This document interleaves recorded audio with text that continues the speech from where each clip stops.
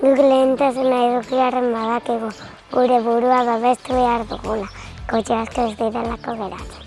Ikasi dugu kalean kontuarekin ibili behar garela.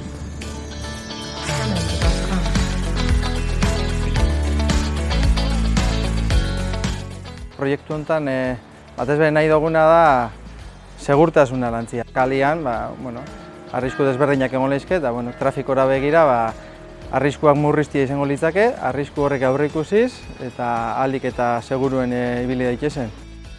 Txikixekin hasiko ginak, jaio berrisekin, hori gurasuekin lantzen dugu, kotxian ibiltzeko garaizan ze behar dugun da zerrez, segurtasun horrixak, zilitak diala eta ez diala, eta gero eskoletan adinan arabera lantzen ditugu gauza ezberdinak.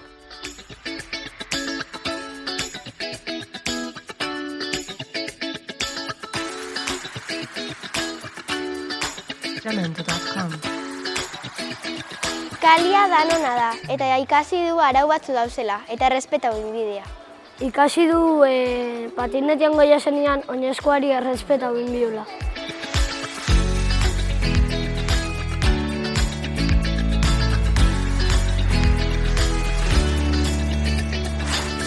Ikasi du ze arrisku edukigeken, eta ibilgailuen artean goia zenean gure burua babesten da ikasi du. Baita ikasi du bizikletaz goia zenean beste inor arriskuan ez jarteko zein du.